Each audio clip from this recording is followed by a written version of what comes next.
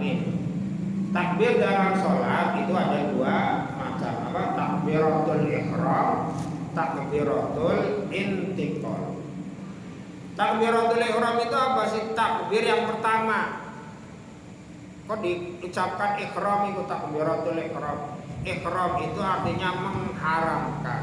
Maksudnya apa takbir yang mengharamkan?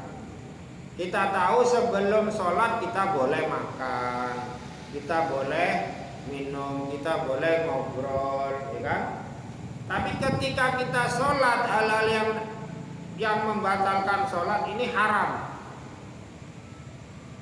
Ketika kita sudah baca Allahu Akbar, hal-hal yang tadi loh, contoh lah gampangnya makan, minum, ngobrol itu kan sebenarnya boleh-boleh saja sebelum melaksanakan sholat.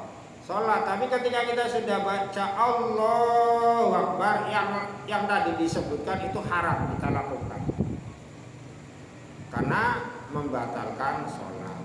Membatalkan sholat secara sengaja ini ya haram itu ya.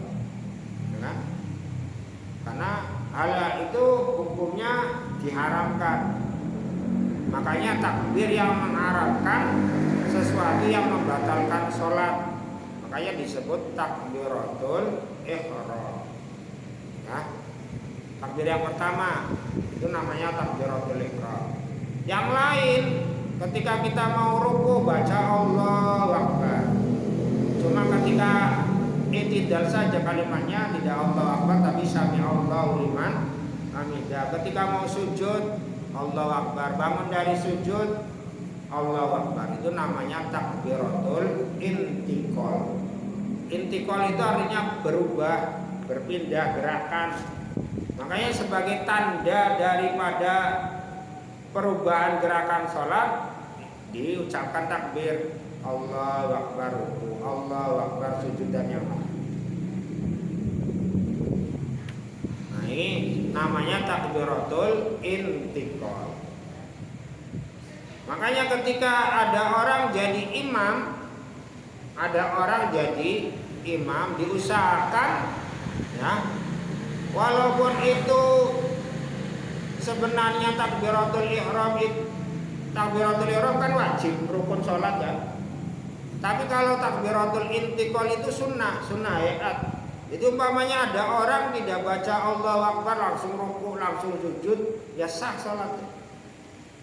Tapi kalau tidak Allahu Akbar yang pertama tidak sah sholat.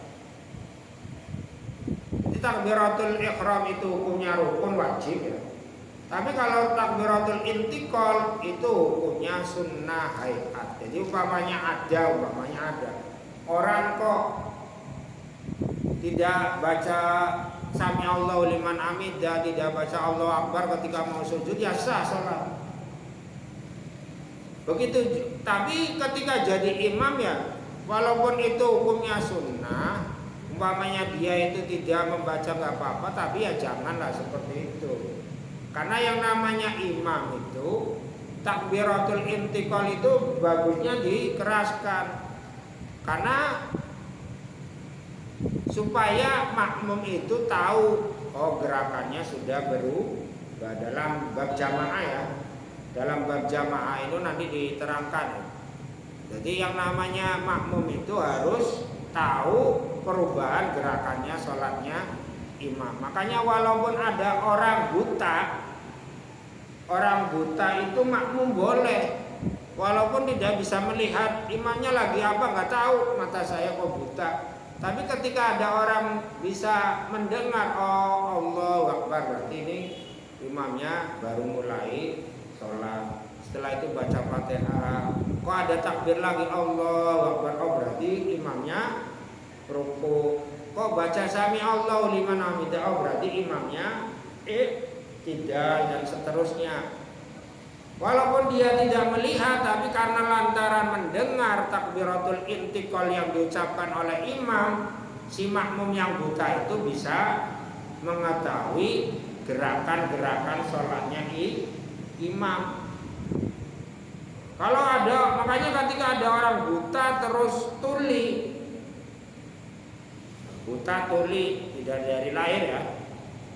Setelah itu buta, setelah itu tuli, yang nggak boleh berjamaah. melihat juga bisa, mendengar juga nggak bisa. Terus bagaimana dia itu tahu menyesuaikan gerakannya si makmum dengan imam? Karena dia tidak melihat, karena dia tidak mendengar. Jadi kalau takbiratul intiqal itu hukumnya sunnah. Tapi kalau jadi imam ya bagusnya ya memang hukumnya sunnah ya. Tapi ada titik beratnya itu ya bagi imam ya harus dikeraskan. Jangan sampai bele-bele utawane temu-temu wis sujud. Kapan takbire kan kejar. Ini harus diucapkan. Walaupun sebenarnya hukumnya sunnah ya. Jadi kalau umpamanya ada orang tadi mau rukuk enggak Allahu Akbar ya sah saja. Terus diingat karena yang namanya takbiratul ihram itu kan termasuk rukun qauliyah. Rukun qauliyah dalam sholat itu rukun kan jumlahnya ada 17. Rukun sholat jumlahnya ada 17. Ingat-ingat ya. Ada 17 sama dengan jumlah rakaat. Yang paling mudah ingat-ingatan ya. Rakaatnya sehari semalam kan 17 rakaat. Sholat rukunnya jumlahnya juga ada 17. Jadi dari 17 rukun sholat itu terbagi menjadi 3. Yang pertama rukun qalbiyah. Rukun qalbiyah itu rukun yang dilakukan oleh hati, nggak boleh di lisan, nggak boleh oleh gerakan. Ini cuma niat saja ya. Namanya rukun qalbiyah, rukun yang dilakukan oleh hati. Yang kedua rukun qauliyah, arkanul qauliyah. Rukun qauli. Apa rukun qauli itu? Ada 5. Rukun qauli itu ada 5. Yang pertama takbiratul ihram. Yang kedua membaca surat Fatihah. Yang ketiga membaca tasyahud akhir. Yang keempat membaca sholawat setelah tasyahud akhir. Yang kelima membaca salam yang pertama. Itu namanya rukun qauliyah. Kalau memang rukun qauliyah ini yang pertama harus dikeraskan suaranya, kira-kira dirinya sendiri mendengar. Gak boleh baca Allahu Akbar yang pertama orang krungu tawane. Saya baca Pak, bacanya di mana? Di hati. Ya orang kena sholatnya saya. Saya baca surat Fatihah kok nggak ada umbik-umbiknya, nggak ada umbis-umbisnya, nggak gerakan mulutnya. Berarti kan bacanya di dalam hati ya, berarti sholatnya tidak sah. Atau orang sholat kadang cuma geleng-geleng saja. Noleh sih benar, ya kan kanan kiri, tapi orang ucap salam, salamnya nang hati. Akhirnya berian nih, cangkemnya anak tapi orang moni tidak ada suaranya, ya sholatnya tidak sah berarti.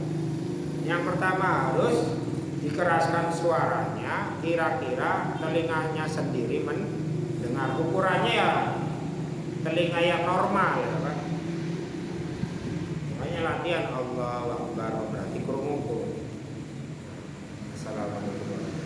Bismillahirrahmanirrahim. Kalau sholatnya berjamaah ya janteng-anteng aja.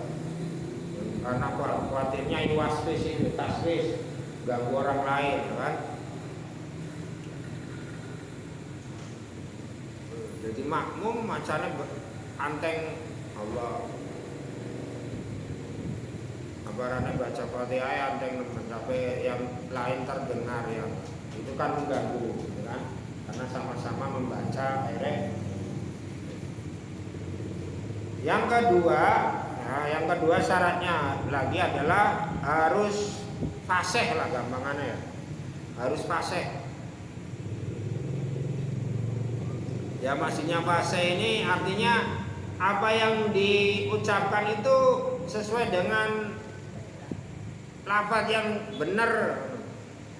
Aja sampai takbiratul ihram diwaling akbar Allah mamane. Atane A-nya panjang Allah, nggak boleh.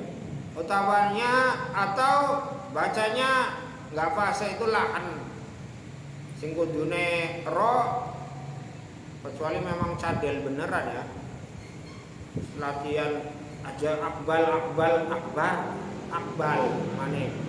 Biasanya memang cadel beneran, tapi nggak boleh. Ada orang yang sebenarnya bisa baca ro. Ini walaupun sebenarnya dalam rohnya itu kan bacanya ada istilah tafkhim, Pak. Roh itu kalau sebelumnya fathah atau dhamma kan tafkhim, ya. Ada hukum roh. Ini umpamanya bacanya nggak tafkhim juga sebenarnya nggak termasuk lahan, tapi la yukhillul makna jalan.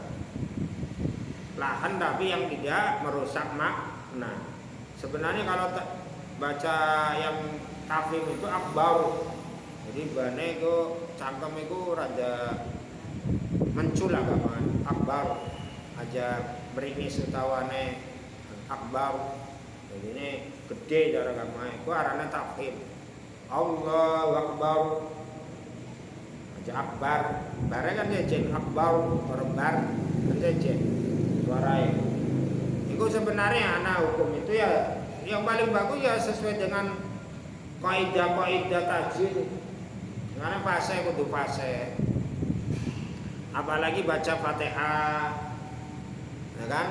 Juga harus fase. Nah, ini mulainya dari Bismillah sesuai dengan urutannya, nggak boleh terkualik-kualik, tertipe salah. Ayat pertama loncat ayat ketiga terus kelima terus kedua, nggak boleh. Bismillahirrahmanirrahim. Iyyaka na'budu wa iyyaka nasta'in. Alhamdulillahirabbil alamin. Nggak boleh, walaupun semuanya boleh dibaca semua, tapi harus tertib, ya kan? Terus jaga makhrajnya ya, jaga makhrajnya dan juga huruf-hurufnya dan juga tasdid-tasdidnya. Kalau mau lengkap ini dalam kitab Safina ini lengkap masalah itu ya. Dalam kitab Safinatun Najah ini lengkap kalau pembahasan rukun-rukun sholat yang modelnya itu. Makanya ada hati-hati tasdid-tasdidnya Fatihah jumlahnya ada ini, lafadznya ini. Dalam tasyahud, dalam sholawat itu juga ada. Karena saking menghati-hatinya jangan sampai kita membaca rukun qauli ini dengan salah. Kalau rukun qaulinya yang salah ya secara fikih ya tidak sah salat. Ya. Ini yang paling mudah ini gampangnya nanti secara detailnya itu ya ada lah. Salat yang namanya rukun qauli, tapi yang paling mudah kita pahami rukun qauli ini yang pertama harus telinganya sendiri mendengar, yang kedua fasih kan intinya fasih. Kalau tidak fasih terus tidak tertib, ada huruf yang hilang atau ada tasdid yang berkurang, ya berarti rukun qaulinya tidak pas, makanya tentu sholatnya juga tidak pas. Baca Allahu Akbar yang benar, Allahu Akbar.